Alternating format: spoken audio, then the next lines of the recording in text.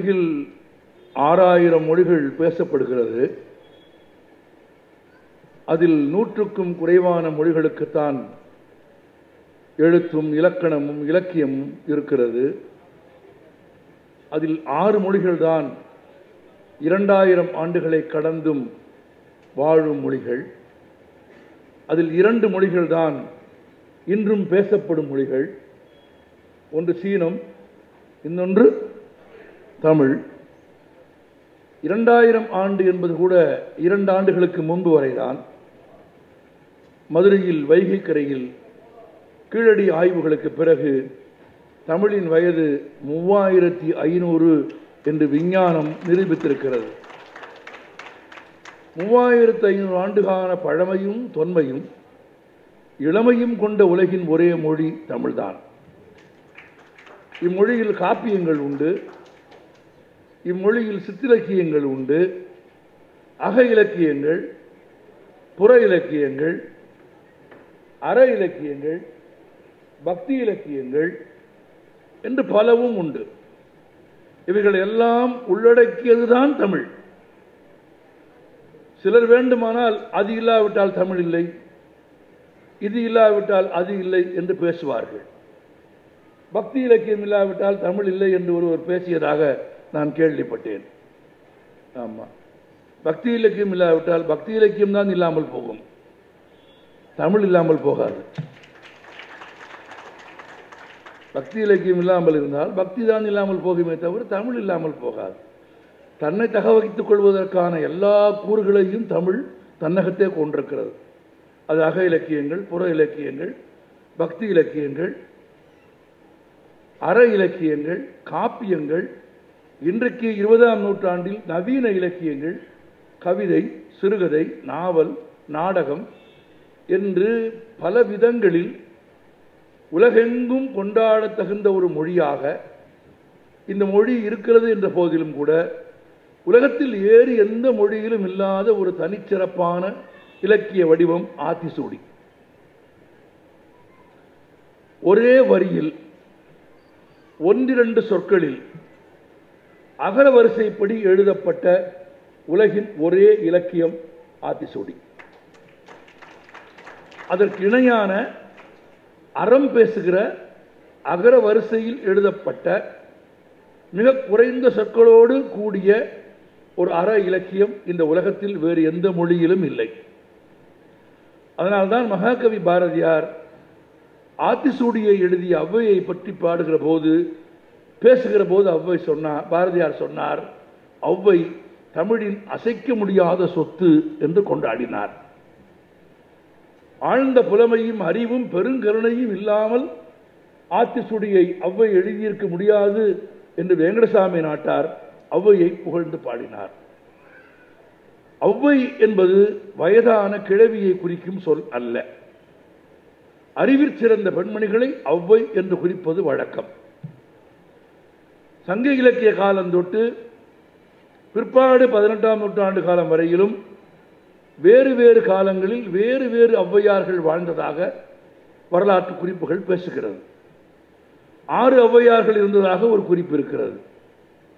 3 ஔவையார்கள் என்று சொல்கிறவர்களும் இருக்கிறார்கள். ஆனால் என்னை பொறுத்தவரையில் ஒரு ஆவணப்பட இயக்குநராக நான் ஆத்திசூடியைத்தான் ஏற்பேனே தவிர ஔவையாரை பற்றி சொல்லப்படும் கதைகளை ஏற்றுக்கொள்ள மாட்டேன். அவைகளை ஏற்றுக்கொள்வதற்கு எனக்கு விஞ்ஞானபூர்வமான ஆதாரபூர்வமான ஆவணங்கள் வேண்டும். திருக்குறளை ஏற்றுக்கொள்ளுகிற அளவிற்கு நான் திருவள்ளுவரையே ஏற்பேனா என்பது சந்தேகம்தான். ஏனென்றால் திருவள்ளுவரின் சிறப்பு திருக்குறளின் சிறப்பு திருவள்ளுவர் அல்ல. திருக்குறளின் சிறப்பு திருவள்ளுவர் அல்ல. திருக்குறளின் சிறப்பு தமிழ். தமிழை தவிர வேறு ஒரு மொழியில் திருவள்ளுவரார் திருக்குறளை எழுதியிருக்கவே முடியாது. எவனாலும் எழுதியிருக்க முடியாது. மரியாதையாக சொன்னால் எவராலும் எழுதியிருக்க முடியாது. ஏனென்றால் இன்மையின் இன்னாதது யாதெனின் இன்மையின் இன்மையே இன்னாதது என்று உலகத்தில் எந்த மொழியிலும் நீங்கள் எழுதிவிட முடியாது. திருவள்ளுவரை பற்றி கற்பனை கதைகள் இருக்கிறதா? இருக்கிறது. ஔவையை பற்றி கற்பனை கதைகள் இருக்கிறதா? இருக்கிறது. அவரவர்கள் விரும்புகிற வண்ணத்தில் திருவள்ளுவருக்கு வேட்டியும் சேலையும் புடவையும் கட்டி பார்க்கிறார்கள். ஆமாம், அது அவரவர்கள் விருப்பம். யாருக்கு என்ன உணவு இருக்கிறதோ அதை அவரவர்கள் கடவுளுக்கு படைப்பது மாதிரி, அவனவன் சாப்பிடுகிற சாப்பாட்டை தான் தன் சாமிக்கு படைப்பது மாதிரி, யார் யாரிடத்தில் என்ன இருக்கிறதோ அதை உடுத்தி பார்க்கிறார்கள். ஆனால் ஒன்றை எல்லோரும் மறந்து போகிறார்கள். நீங்கள் உடுத்துகிற உடை, நீங்கள் அணிவிக்கிற பட்டயங்கள், நீங்கள் தருகிற பெயர் அல்ல திருக்குறள். பிறப்புக்கும் எல்லா உயிர்க்கும் என்பது திருக்குறள். மனத்துக்கண் மாசிலன் ஆதல் அனைத்தரன் ஆகுல நீர பெற என்பது திருக்குறள்.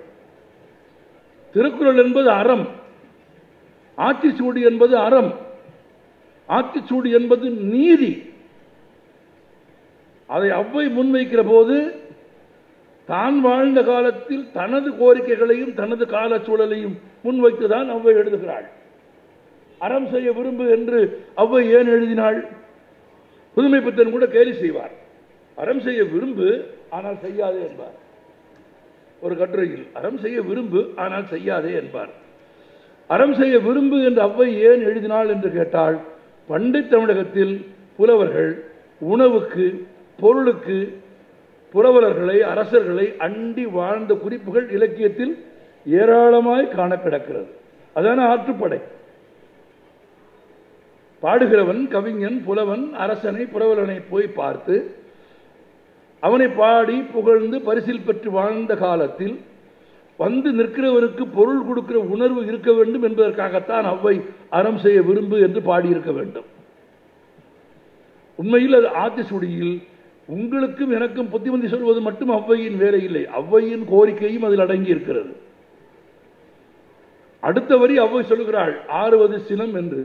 வாசலில் நிற்பவனை பார்த்து விரட்டி விடாதே, ஓ என்று சொல்லிவிடாதே, அறம் செய்ய விரும்பு, ஆறுவது சினம் என்று தான் வாழ்ந்த காலத்தில் காலச்சூழலையும் கோரிக்கைகளையும் மனதில் வைத்துக் கொண்டு ஒரு ஆத்திச்சூடி என்கிற ஒரு அழகிய அறநூலை அவ்வை தமிழுக்கு தந்தார் என்றால், அந்த அறநூலை எடுத்து வைத்துக் கொண்டு தான் வாழ்ந்த காலத்தில் மகாகவி பாரதியார் அந்த வடிவத்தை மட்டும் எடுத்துக்கொண்டு உள்ளடக்கத்தை மாற்றி ஒரு புதிய ஆத்திச்சூடியை தமிழுக்கு தருகிறார்.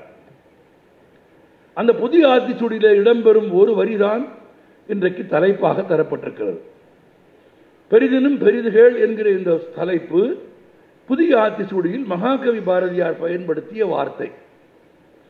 பகர வரிசையில் பே என்கிற சொல்லுக்கு அவ்வை பாடியது பெரியாரை துணைக்குள் என்பது தனிமனித ஒழுக்கம் சார்ந்தது. ஆனால் சில நூற்றாண்டுகளுக்கு பிறகு, அது 20 நூற்றாண்டா, 8 நூற்றாண்டா, 10 நூற்றாண்டா நமக்கு தெரியாது, சில நூற்றாண்டுகளுக்கு பிறகு பாரதி தான் வாழ்ந்த காலத்தில் பாடுகிற போது பகர வரிசையில் பே என்ற சொல்லுக்கு பெரிதினும் பெரிதுகள் என்று எழுதினார். மாரதி புதிய ஆத்திச்சூடி எழுதுகிற போது ஒரு புரட்சி செய்தார். வாசகர்கள், நேயர்களுக்கு நான் இதை ஏன் சொல்கிறேன் என்று கேட்டால், இந்த மொழியின் சிறப்பை காலகாலத்திற்கு கருத்தியல் ரீதியாக இந்த மொழி தன்னை எப்படி புதுப்பித்துக் கொண்டு வந்திருக்கிறது என்பதை வாசகர்களும் நேயர்களும் தெரிந்து கொள்ள வேண்டும். அவ்வை பாடியதை அப்படியே பாரதி திரும்ப பாடவில்லை. வடிவத்தை மட்டும் வைத்துக் கொண்டு உள்ளடக்கத்தில் பெரும் மாறுதலை பாரதி செய்கிறான். முதல் மாறுதல் என்ன தெரியுமா உங்களுக்கு? அவ்வை தான் எழுதிய ஆத்திச்சூடிக்கு இறைவணக்க பாடலாக இறைவனை பாடுகிறாள், விநாயகரை போற்றி பாடுகிறாள். ஒரே ஒரு சமயத்தைச் சேர்ந்த ஒரே ஒரு கடவுளை வணங்கிவிட்டு தன் ஆத்திச்சூடியை அவ்வை தொடங்குகிறாள். அவள் வாழ்ந்த காலத்தில் ஒரு மதத்தை சார்ந்த ஒரு கடவுளை வழிபட்டு விட்டு பாடல் எழுதினால் போதும் என்பது அவ்வைக்கு போதுமானதாக இருந்தது. ஆனால் 20ஆம் நூற்றாண்டின் துவக்கத்தில் அந்நிய ஆட்சிக்கு எதிராக, ஆங்கிலேயர்களுக்கு எதிராக அனைத்து மதத்து மக்களையும் ஒன்று திரட்டி அடிமைத்தனத்திற்கு எதிராக போராட வேண்டிய அவசியத்தை உணர்ந்த பாரதி தான் எழுதிய ஆத்திச்சூடிக்கான இறைவணக்க பாடலை எழுதுகிற போது ஒரு தெய்வத்தை வைத்து எழுதவில்லை, மாறாக எல்லா தெய்வங்களையும் வைத்து தன் ஆத்திச்சூடியை துவங்குகிறார். நண்பர்களே, பெரிதினும் பெரிது எது? அவரவருக்கு அவரவர் நம்பிக்கை பெரிது, அவரவருக்கு அவரவர் கடவுள் பெரிது, அவரவருக்கு அவரவர்கள் வேத நூல் பெரிது. ஆனால் எல்லா மதங்களும் எல்லா வேதங்களும் எல்லா மனிதர்களும் சமம் என்று கருதுவது பெரிதினும் பெரிது. இன்னும் எளிய மொழி சொல்வதாயிருந்தால், நீ முஸ்லீமாக இருப்பதை விடவும் கிறிஸ்தவனாக இருப்பதை விடவும் இந்துவாக இருப்பதை விடவும் மனிதனாக இருப்பது மிக முக்கியமானது. அது பெரிதினும் பெரிது கேட்பது. அந்த பெரிதினும் பெரிது கேட்கும் உணர்வு பாரதிக்கு இருந்ததாலே தான் ஆத்திசூடி என்கிற வடிவத்தை எடுத்துக்கொண்டு அதை மறுபடியும் எழுதுகிற போது அந்த புதிய வடிவத்திற்கு பேரழகு சேர்ப்பதற்காக ஆத்திசூடி இளம்பரை அணிந்து மோனத்திற்கு முழுவன்மேனியான் கருநிறங்கொண்டு பார்க்கடல் மசை கிடப்போன் முகமது நபிக்கு மறைவுகள் புரிந்தோன் இயேசுவின் தந்தை என பல மதத்தினர் என்று எல்லா தெய்வங்களையும் 20 நூற்றாண்டு கால தமிழ் இலக்கியத்தில் முதன்முறையாக எல்லா தெய்வங்களையும் பாடிய பெருமைக்குரியவர் மகாகவி பாரதியார் மட்டும்தான். இன்னும் நான் செருக்கோடு சொல்வேன், தன் தமிழை எல்லா தெய்வங்களுக்கும் தந்தவர் பாரதியார்.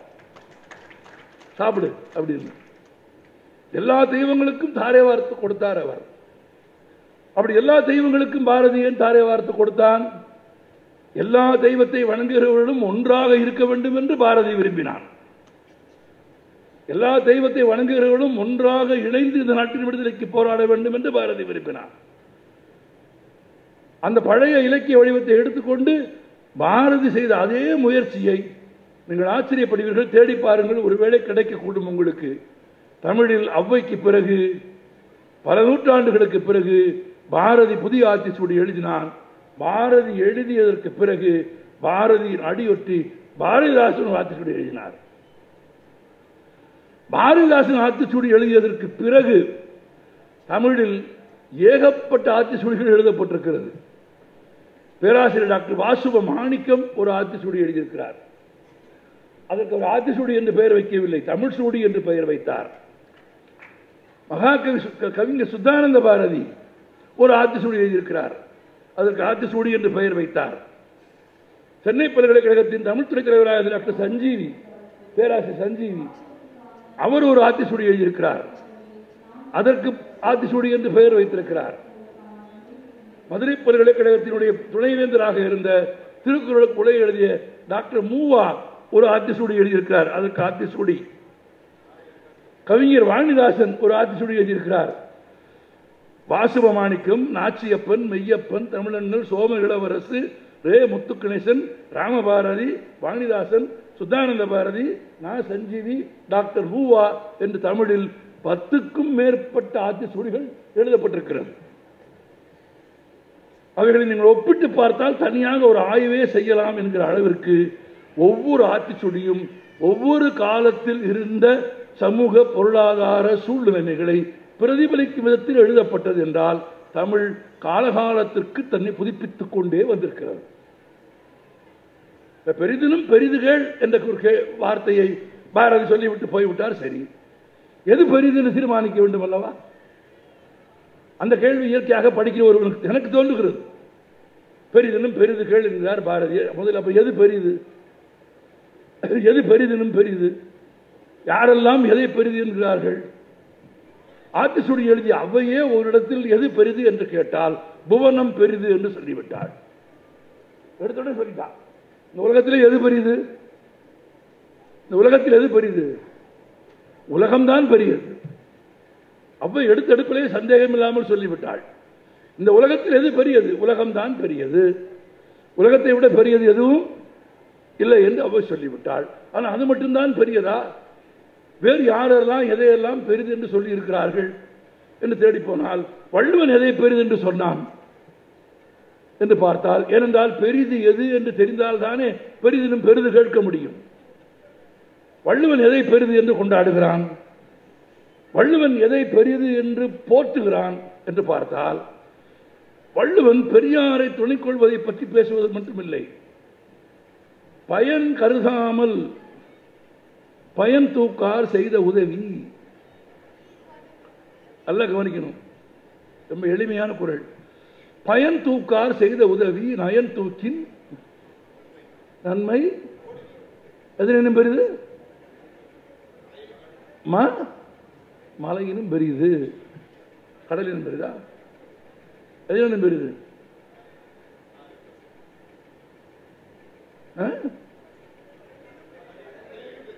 மலையினும் பெரிது. நாம் பார்க்க எது பெரிது? மலை பெரிது, கடல் பெரிது இல்லையா? அவ சொல்லிட்டா, மலை கடல் எல்லாம் உள்ளடக்கிய உலகம் பெரிது. ஆனால் பார்த்த மாத்திரத்தில் மலை பெரிது, கடல் பெரிது என்று நினைக்கிறோம். ஆனால் வள்ளுவன் சொல்லுகிறான், பயன் கருதாமல், திரும்ப நீ எனக்கு ஒன்றை செய்வாய் என்ற எதிர்பார்ப்பு இல்லாமல், மனக்கணக்கு இல்லாமல், உள்குத்து இல்லாமல், இன்னும் எளிமையாக சொல்கிறேன், உள்கொத்து இல்லாமல், இதை போட்டால் இது கிடைக்கும் என்கிற கீழ்மையான கணக்குகள் இல்லாமல், பயன் கருதாமல் யார் நன்மை செய்தார்களோ அவர்கள் செய்த நன்மை மலையை விட பெரிது. வள்ளுவன் சொல்லிட்டான். மலையை விட பெரியதுன்னு வள்ளுவன் சொல்லிட்டான். வள்ளுவனே கடலை விட பெருசுதான் சொன்னானா? வேற ஏதாவது பெருசுன்னு சொன்னானா? நிலையின் தெரியாது அடங்கியார் தோற்றம். தோற்றம் செயல் கூட இல்லை. வள்ளுவனை கவனிங்க நீங்க, அவன் செயல் கூட இல்லை. நிலையின் தெரியாது அடங்கியான் தோற்றம் எதிலும் பெரிது? மலையினும் மான பெரிது, அது கடலினும் மான பெரிது. எது மலையை விட பெருசுன்னு வள்ளுவன் சொல்றான்? நிலையின் தெரியாது அடங்கியான் தோற்றம். டாக்டர் சொல்லிட்டு போனார்ல, மகிழ்ச்சியாரு எல்லாம் சொன்னார் டாக்டர். ஒரே ஒரு கேள்விதான், மகிழ்ச்சியாக இருப்பது எப்படின்னு. ஆயின மழை பொழிய இல்லம் வீழாக திடையாளும் ஊற்று வீழ இப்படின்னு ஒரு பழைய தனிப்பாடல் இருக்கு. எல்லா துன்பங்களும் துயரங்களும் சுற்றி வந்து தாக்குகிற போது, எல்லா பிரச்சனைகளும் சுற்றி வந்து முட்டுகிற போது, எந்த வழியில் போவது என்று தெரியாமல் திகைத்து நிற்கிற போது மனிதன் மகிழ்ச்சியாக இருப்பது எப்படி என்ற ஒரு கேள்வி வந்தால், வள்ளுவன் சொல்லிட்டு போயிட்டான், இடுக்கன் வருங்கால் நகுக. கண்ணதாசன் திரும்ப கேட்டார், துன்பம் வரும் வேளையிலே சிரிங்க என்று சொல்லி வச்சார் வள்ளுவர். சரிங்க, பாம்பு வந்து கடிக்கையில் பாழும் உயிர் துடிக்கையில் யார் முகத்தில் பொங்கி வரும் சிரிப்பு. அடுத்த வரி ரொம்ப முக்கியம், இது கீழ்குலத்தில் இனிப்பு மேல் குலத்தில் கசப்பு பட்டினத்தார் கையில் உள்ள கரும்பு நெல். கண்ணதாசன் இந்த கேள்வி சரி, ஆனால் வள்ளுவன் சொல்ல வந்தது என்ன தெரியுமா? இடுக்கன் வருங்கால் நகுக என்று வள்ளுவன் சொன்னது பொருள், துன்பத்தில் இருக்கிறவனை போய் பார்த்து துன்பமாக இருக்கிறதா சிரி என்று சொல்வது வள்ளுவன் கேலியில் சொல்லவில்லை. உன்னை பகடி செய்வதற்காக வள்ளுவன் சொல்லவில்லை. துன்பத்தில் இருக்கிறவனை பார்த்து எப்படி நீ சிரி என்று சொல்லலாம் என்று நீங்கள் கேட்டால், வள்ளுவன் அதற்குள் ஒரு உண்மை வைக்கிறான். அதனை அடுத்தூறுவது அகுதொப்பதில். இப்போது துன்பம் வருகிறது என்பதற்காக நீ துவண்டு போய்விட்டால் அடுத்து ஒரு இன்பம் வருகிற போது அதை அனுபவிப்பதற்கான தகுதி இல்லாதவனாக நீ போய்விடாதே. அதனால் அடுத்து வருகிற இன்பத்தை அனுபவிப்பதற்கு தயாராக இப்போதே உன்னை வலிமை உள்ளவனாக ஆக்கிக் கொள்ளு. அதற்கு உனக்கு இருக்கிற ஒரே வழி துன்பத்தை பார்த்து சிரி. துன்பத்தை பார்த்து சிரித்து விட்டால், துன்பத்தை பார்த்து சிரிக்க முடியும். என்னை அது வீழ்த்தும் என்றால், என்னை வீழ்த்தும் ஒரு துன்பம் என்றால், அதனை வீழ்த்துவது தான் என் முதல் வேலை. அதனை வீழ்த்துவதன் வழியாக நான் என்னை காத்துக் கொள்ளுதல் வேண்டும். நான் இந்த அரங்கத்தில் இருக்கிற நண்பர்களுக்கு சொல்கிறேன், தன்னை காத்துக் கொள்வதன் பெயர் சுயநலம். அது கெட்ட வார்த்தை அல்ல, அது பிழையானது அல்ல. சுயநலம் என்பது தவறான சொல் அல்ல. பிறர் பொருளை திருடி வாழ்வதுதான் பிழையானது. தன்னலத்தை தானே பேணுவதில் ஒரு பிழையும் இல்லை. இன்னும் சொல்ல போனால் தன்னலத்தை தானே பேணுவது மிக மிக முக்கியமானது. நான் இல்லாவிட்டால் ஏது இந்த உலகம்? நான் என்னை காத்துக்கொள்ள வேண்டும். நான் நன்றாக இருந்தால், நான் உயிர்ப்போடு இருந்தால், மகிழ்ச்சியாக இருந்தால், என்னை சுற்றி இருப்பவர்களும் மகிழ்ச்சியாக இருப்பார்கள். நான் வாசித்தால் பேச முடியும், நான் படித்தால் பேச முடியும், நான் படித்ததை கற்றதை பிறருக்கு சொல்லித்தர முடியும். எனவே துன்பம் வருகிற போது எதிர்கொள்ளுகிற ஆற்றல் வந்து விடுமானால் செயல் கூட முக்கியமில்லை. வள்ளுவன் வார்த்தை சாதாரண நிலையின் தோற்றம்தான், செயல் கூட அல்ல. நிலை குலைந்த நிலையிலும் கூட துன்பம் வந்த சூழலிலும் கூட அதை எதிர்கொள்ளுகிற ஆற்றலோடு கூடிய தோற்றம் இருக்கு பாருங்க, அது எதனை விட பெரியது?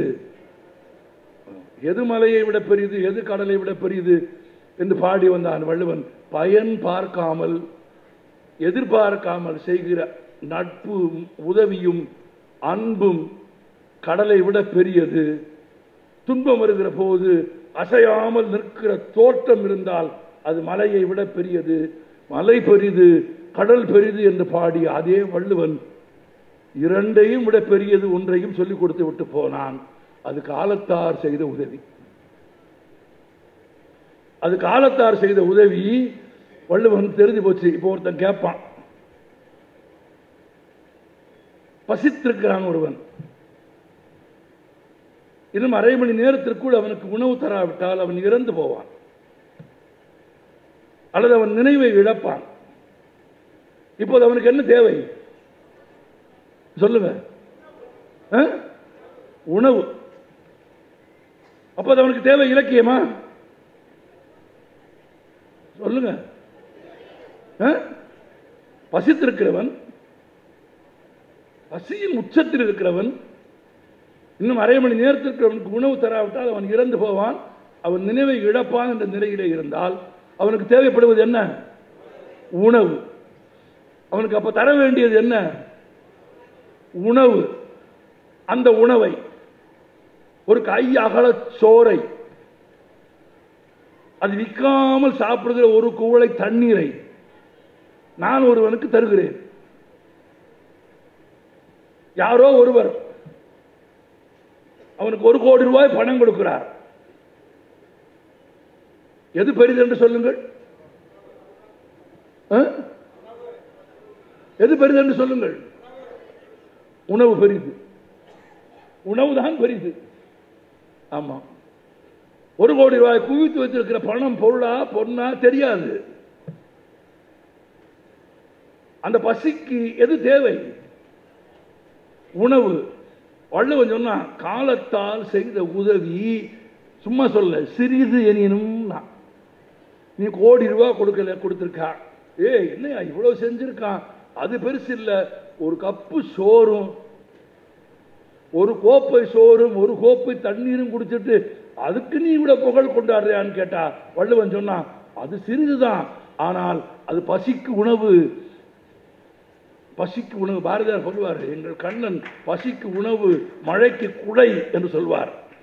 அப்படி இருக்கணும். அந்த பசிக்கு உணவு என்பது காலத்தால் செய்த உதவி. வள்ளுவனுக்கு தெரியும் அது சிறிது, ஆனால் காலத்தால் செய்த உதவி சிறிது எனினும் அதை விட பெருசு. ஞாலத்தின் மான பெரிது. உங்க உலகத்தை விட எதுடா பெருசு? அது பெருசு. எது பெருசு? பசித்தவனுக்கு தந்த ஒரு கவளம் உணவு, அது சிறிதுதான். டால்ஸ்டாய் வேறு வார்த்தைகளில் சொன்னார், ஒரு கோடீஸ்வரன் கொடுக்கிற 1,00,000 ரூபாய் பணத்தை விடவும், அவர் கோடீஸ்வரன் ஒருவருக்கு தானமாக அன்பினால் கருணையால் கொடுக்கிற 1,00,000 ரூபாய் பணத்தை விடவும் 10 ரூபாய் கூலிக்காரன் தன் கூலியில் இருந்து வாங்கி கொடுக்கிற 1 ரூபாய் பணம் உலகத்தில் உயர்ந்தது என்று டால்ஸ்டாய் எழுதினார். ஏன் எரியது? அதுதான் காலத்தால் செய்த உதவி. பசி தீர்ப்பதுதான் பெரிது. பெரிதிலும் பெரிது எது தெரியுமா உங்களுக்கு இந்த சமூகத்தில்? பசி தீர்ப்பது. பாரதி பெரிதிலும் பெரிது என்று கேட்ட சமூகத்தில் அவன் வாழ்ந்த காலத்தில் பெரிதிலும் பெரிது கேட்கிற பண்பு இல்லை. நீங்கள் அதை மறந்துவிடக்கூடாது. இது 2000 ஆண்டுகளாக ஆசையை அழிவுக்கு காரணம் என்று போதித்த சமூகம், அளவுக்கு அதிகமாக ஆசைப்படாதே என்று கற்றுக் கொடுத்த சமூகம். என் பெற்றோர்கள் எனக்கு சொல்லிக் கொடுத்தார்கள், சம்பாதிக்கிற பணத்தில் வாழ கத்துக்க. இதுதான் 100 ஆண்டுகளாக 100 ஆண்டுகளாக சொல்லப்பட்டது. நான் என் மகளுக்கு அப்படி சொல்வதில்லை. சம்பாதிக்கிற பணத்தில் வாழ கற்றுக்கொள்ளாதே மகளே, உனக்கு என்ன தேவையோ அதற்கு சம்பாதிக்க கற்றுக்கொள். வாங்குகிற செருப்புக்கு காலை வெட்டாதே மகளே, வாங்குகிற செருப்புக்கு ஏற்ற மாதிரி உன் காலை வெட்டிக் கொள்ளாதே மகளே, உன் காலுக்கு ஏற்ற செருப்பை தேடு. உனக்கு என்ன தேவையோ உன் தேவையை நிறைவேற்றிக் கொள்ளுகிற பொருளை ஈட்டுவதுதான் பெரிதினும் பெரிது கேட்பதே தவிர இருப்பதற்குள் வாழ்வதற்கும் மிகப்பெரிய வாழ்க்கையை ஒரு சின்ன ஓட்டுக்குள் அடைப்பதும் காலங்கடந்து போன சிந்தனை என்று பாரதி கருதினான். ஆனா அதுக்கு பதில் என்ன சொன்னாங்க? ஆசை அழிவுக்கு காரணம் என்றார்கள். இல்லை, இந்த உலகத்தின் பெரும்பான்மையான தீமைகளுக்கு காரணம் ஆசை அல்ல. இந்த உலகத்தின் பெரும்பான்மையான தீமைகளுக்கு காரணம் பசி.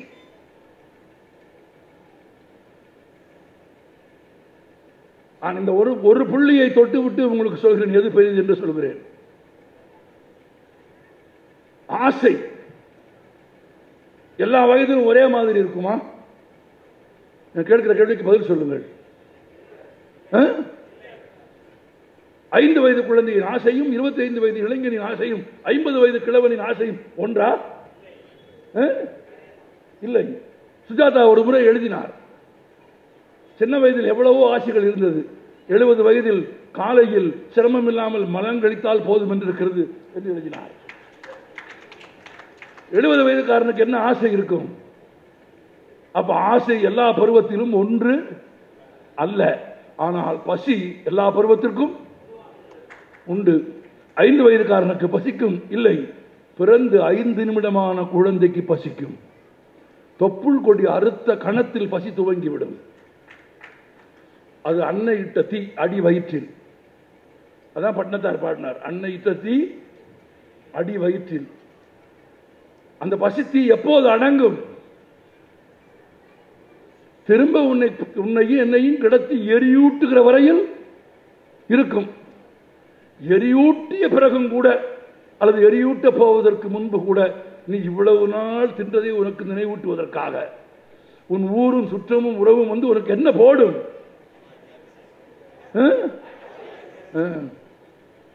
அவர் ஒரு டெர்லின் சட்டை ஆசைப்பட்டார், அவர் ஒரு டெரிகாட்டன் சட்டை ஆசைப்பட்டார், அவர் ஒரு ஆப்பிள் மொபைல் வாங்கணும்னு சொன்னார், கடைக்கு கொடுங்கன்னா கொடுப்பான். அதுதான் ஆசை பருவத்திற்கு ஏற்ப மாறும். ஆனால் பசி எல்லா பருவத்திலும் நிற்கும். ஆமாவா இல்லையா? ஆமா. இப்ப அடுத்த கேள்வி கேட்கிறேன். இப்போ ஆசை இல்லாமல் வாழ முடியும்? அடுத்த வரை நீங்க சொல்லுங்க. பசி இல்லாமல் வாழ முடியாது. ஆசை இல்லாமல் வாழ முடியுமா? ஆசை முடியாமல் வாழ்ந்தவர்கள் இருக்கிறார்கள். பட்டினத்தார் இருந்தார் இல்லையா? சோழ பேரரசனுக்கே கடன் கொடுக்கிற அளவுக்கு பணம், சோழ பேரரசனுக்கு கடன் கொடுக்கிற அளவுக்கு செல்வம் இருந்த பட்டினத்தார் எல்லா செல்வத்தையும் விட்டு காதட்ட ஊசியும் வாராதகான் கடைபிடிக்க என்று இடுப்பில் ஒரு முழம் துண்டோடு வந்து விட்டார். வந்துட்டார்ல, என்னடா நமக்கு லோன் கொடுக்கிறாளே இப்படி போயிட்டானே அப்படின்னு சோழ அரசன் தேடி வந்தான். வருவான்ல, தேடி வந்தான். ஒரு பாறை மேல பட்டினத்தார் உட்கார்ந்து இருந்தார். அரசன் வந்து கேட்டான், இது என்ன கோலம்? தவக்கோலம். ஏன் இப்படி தேர்வு? என்ன பயன்? பட்டினத்தார் சொன்னார், நான் ஏதுமில்லாத துறவி அமர்ந்திருக்கிறேன், நீ அரசன் நிற்கிறாய். முடிஞ்சு போச்சு, அங்க கணக்கு முடிஞ்சு போச்சு. அந்த பட்டினத்தாருக்கே கூட எல்லா ஆசைகளையும் மறுத்த பிறகும் கூட பசி இருந்துச்சா? இருந்துச்சு. அம்மா எழுதினார், இருக்கும் இடம் தேடி என் பசிக்கே அன்னம் கொண்டு வந்தால். வீடு வீடா போய் சாப்பாடு வாங்கி பார்த்தாரு, வெக்கமாயிடுச்சு. ஒரு வீட்டில் கொடுக்கலாம், ஒரு வீட்டில் கொடுக்கல. எல்லா வீட்லையும் ஒரே மாதிரியா கொடுக்குறாங்க, சொந்த வீட்டிலேயே ஒரே மாதிரியா கொடுக்குறாங்க, சொந்த வீட்டிலேயே எல்லா நாளும் ஒரே மாதிரியா கொடுக்குறாங்க. அதெல்லாம் இல்லை. பார்த்தாரு, ஓரமாக போய் உட்காந்துட்டாரு. நம்ம ஊர் ஒரு சாமியார் இருக்கான், பசிக்கிறவனுக்கு சாப்பாடு யாராவது இருக்கும் இடம் தேடி என் பசிக்கே அன்னம் கொண்டு வந்தால் உண்போம். பெருக்கமுடன் அழைத்தாலும் வாரேன், என் ஏகம் திளைத்தாலும் போகேன். இனி நான் மனிதர்கள் ஆசையை அறுத்து விட முடியும், பசியை அறுக்க முடியுமா? முடியுமா சொல்லுங்கள்? முடியாது. நீ மூன்றாவது கேட்கிறேன் உங்களுக்கு. ஆசை துன்புறுத்தும், கொல்லாது. சரியா? ஆசை துன்புறுத்தும், கொல்லாது. ஆசை கொலை செய்யாது. பசி என்ன சொல்றான்? நம்ம பசி கொல்லுதுங்கிறான், கொலை பசிங்கிறான். என்ன அர்த்தம்? பசி கொல்லும், ஆசை கொல்லாது. எனில் இந்த உலகத்தின் எல்லா தீமைகளுக்கும் ஆதாரம் ஆசையா பசியா? பசிக்குதா? இல்லை, மாமா ஆயிடுச்சு, நெருக்கி சாப்பாட்டு நேரம் ஆயிடுச்சு. இந்த உலகத்தின் எல்லா தீமைகளுக்கும் ஆதாரமான துன்பம் எது? ஆசையா பசியா? என்ன கேட்கல? பசி. அதுதான் பெரும்படி. அதற்கு உணவிடுவதுதான் பெரிதினும் பெரிது. அதனால்தான் வள்ளல் பெருமான் அணையாத அடுப்பை ஏற்றி வைத்தார். அவருக்கு தெரிந்தது ஆசை. அவர் துறவி. ஆசை காரணம் என்று அவர் சொல்லவில்லை, பசிதான் காரணம். வருகிற எல்லோருக்கும் அவருக்கு தெரிந்தது, கோவிலில் விளக்கெரியாவிட்டாலும் பரவாயில்லை, கோவிலுக்கு வருகிறவன் வயிறு எரியக்கூடாது என்று நினைத்தார். கோவிலில் விளக்கெரியாவிட்டாலும் பரவாயில்லை, கோவிலுக்கு வருகிறவன் வயிறு எரியக்கூடாது என்று நினைக்கிறவன் கடவுளை நம்புகிறவன் துறவி. கோவிலில் விளக்கெறிந்தால் போதும் என்று நினைக்கிறவர்கள் கோவிலுக்கு எதிரானவர்கள், கடவுளுக்கு எதிரானவர்கள்.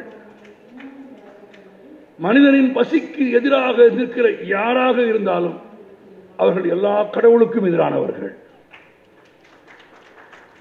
பல்லுயிர்க்கும் ஈந்து வாழ்வது மனிதனின் கடமை. இல்லாவிட்டால் பெரிதினும் பெரிது கேட்ட பாரதியார் எழுதுவாரா? நீங்கள் பல நாள் படிச்சிருப்பீங்க. தனி ஒருவனுக்கு உணவில்லை எனில் வாங்க. இந்த உலகத்தில் எது பெரியது? புவனம் பெரியது, மலையை விட பெரியது, கடலை விட பெரியது, எல்லாவற்றை விடவும் பெரியது எது? பூமி. இந்த உலகத்தில் இன்னும் சொல்ல போனால் தமிழ் இலக்கியம்தான் மேற்கத்திய உலகம் பூமி உருண்டை கண்டுபிடிப்பதற்கு என்பதற்கு முன்பாகவே பூமி உருண்டை என்று பாடியவர்கள் தமிழர்கள். மழை எங்கே இருந்து பெறுகிறது என்று மேற்கு கண்டுபிடிப்பதற்கு முன்பாகவே மழை எப்படி பெய்கிறது என்று பாடியவள் ஆண்டாள் திருப்பாவையில். அவ்வளவும் இருந்தது நமக்கு, அவ்வளவு செல்வம் நமக்கு இருந்தது. எல்லாவற்றிலும் பெரிது இந்த உலகம்தான். ஆனால் ஒரு தராசை பாரதி உங்கள் முன்னே என் கண்முனை நிறுத்தி கட்டுகிறான். ஒரு தராசில் இந்த உலகத்தை வைக்கிறான். எது பெரிதென்று அவ்வை பாடினாலோ, எது பெரிதினும் பெரிது என்று வள்ளுவன் சொன்னானோ, எது பெரிதென்று நீங்களும் நானும் என்று நம்புகிறோமோ, எந்த பூமி இல்லாவிட்டால் நீங்களும் நானும் வாழ முடியாதோ அந்த பூமியை ஒரு தராசிலும் இன்னொரு தராசில் யாரை வைக்கிறான்? ஒரு தனி மனிதனின் பசியை வைக்கிறான். தனி ஒருவனுக்கு உணவு என்ன பொருள்? அவனுக்கு உறவு இல்லை என்று பொருள். சும்மா மனப்பாட பகுதியில் கடந்து போகிற பகுதி இல்லை. தனி ஒருவனுக்கு தனி ஒருவன். ஊர் இல்லை, உறவு இல்லை, சுற்றம் இல்லை, சாப்பிட்டாயா என்று கேட்க நாதி இல்லாத ஒருவன், அவன் தான் தனி ஒருவன். அந்த தனி ஒருவனுக்கும் உணவு கொடுக்க முடியாத ஒரு உலகம் அழிந்து போகட்டும் என்று பாடினால் பாரதி உலகத்தை பெரிதாக கருதினானா, தனி மனிதனின் பசியை பெரிதாக கருதினானா? சொல்லுங்கள்.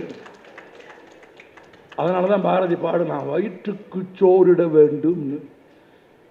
சோறு எங்க போடுவாங்க? சோறு எங்க போடுவாங்க? அப்புறம் ஏன் அப்படி சொன்னா? வயிற்றுக்கு சோறிட வேண்டும் ஏன் சொன்னா? செவி நுகர் கனின்னு சொல்லிட்டு போயிடுவான்னு பயந்துட்டான். வயிற்றுக்கு சோறிட வேண்டும். அடுத்த வார்த்தை ரொம்ப முக்கியமான வார்த்தை.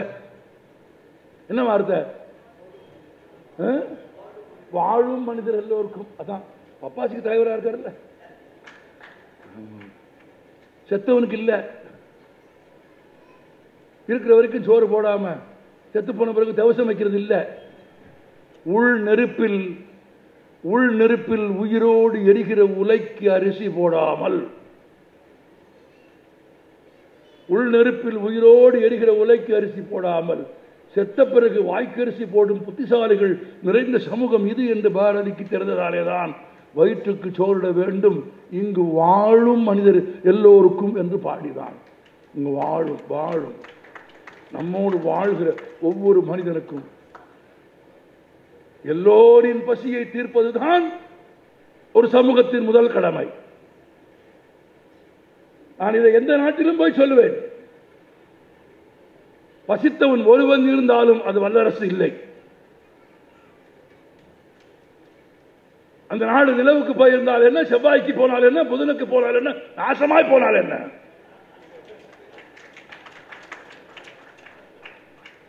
நீங்கள் எங்கே போய் என்ன செய்ய போகிறீர்கள்?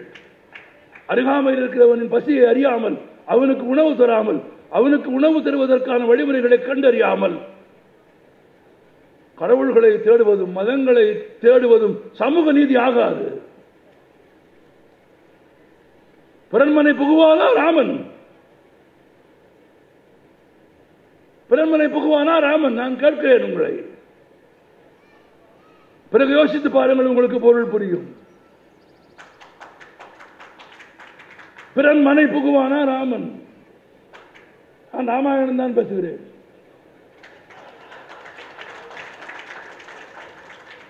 பிறன்மனை நோக்காத பேராண்மை என்றால் பிறன்மனை ராமன் புக மாட்டான் என்று பொருள்.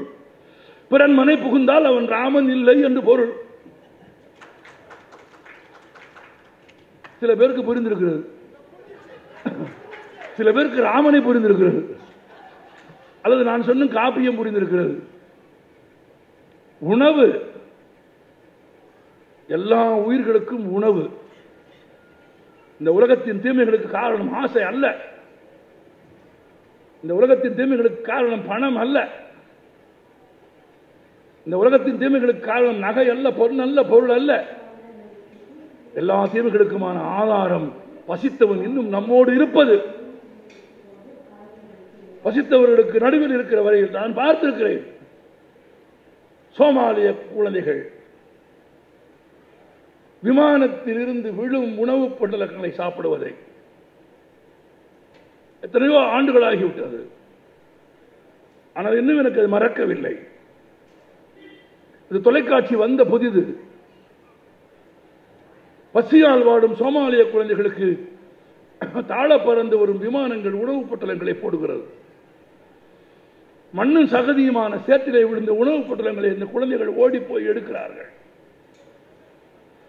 கொஞ்சம் வளர்ந்த பெரிய பையன்கள் நிறைய போய் பொட்டலங்களை எடுத்துக் கொள்கிறார்கள். மெலிந்த இளைய சிறிய பையன்களுக்கு ஒன்றும் கிடைக்கவில்லை. தியரி சொல்கிறது, Darwin theory, survival of the fittest. தகுதி உடையவன் பிழைத்துக் கொள்வான். ஆனால் இயற்கை வேறு மாதிரி வேலை செய்கிறது. உணவு கிடைக்காத குழந்தைகள் பிழைத்துக் கொண்டார்கள். உணவு சாப்பிட்ட குழந்தைகள் இறந்து போனார்கள். ஏனென்று உங்களுக்கு தெரியுமா? உணவு சாப்பிட்ட குழந்தைகள் பசிக்கு பழகி இருந்தார்கள், அவர்கள் சாகவில்லை. உணவு சாப்பிடாமல் உணவு கிடைத்த குழந்தைகள் இது நாள் வரை சாப்பிடாமல் இருந்து நிறைய சாப்பிட்டதால் உணவு ஒவ்வாமை ஏற்பட்டு வயிற்றுப்போக்கு ஏற்பட்டு இறந்து போனார்கள். உணவு கிடைக்காத குழந்தைகள் பிழைத்துக் கொண்டார்கள். உணவு கிடைத்த குழந்தைகள் இறந்து போனார்கள். இதை உலகம் பார்த்தது. இது நடக்கிற போதுதான் உபரியான கோதுமையை கொண்டு போய் கடலில் கொட்டினார்கள். என்ன வல்லரசு, என்ன ஜனநாயகம்! உலகின் மக்கள் தொகையில் 2/3 மக்கள் உணவுக்கு போராடிய போது உபரியாய் விளைந்த கோதுமையின் விலையை கட்டுப்பாட்டில் வைத்திருக்க வேண்டும் என்பதற்காக,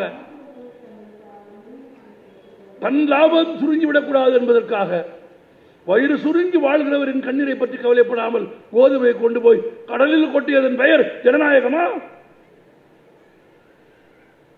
நீங்கள் உலகத்தின் பெரிய ஜனநாயகம் என்றால் அதனிலும் அவமானம் என்ன இருக்கிறது?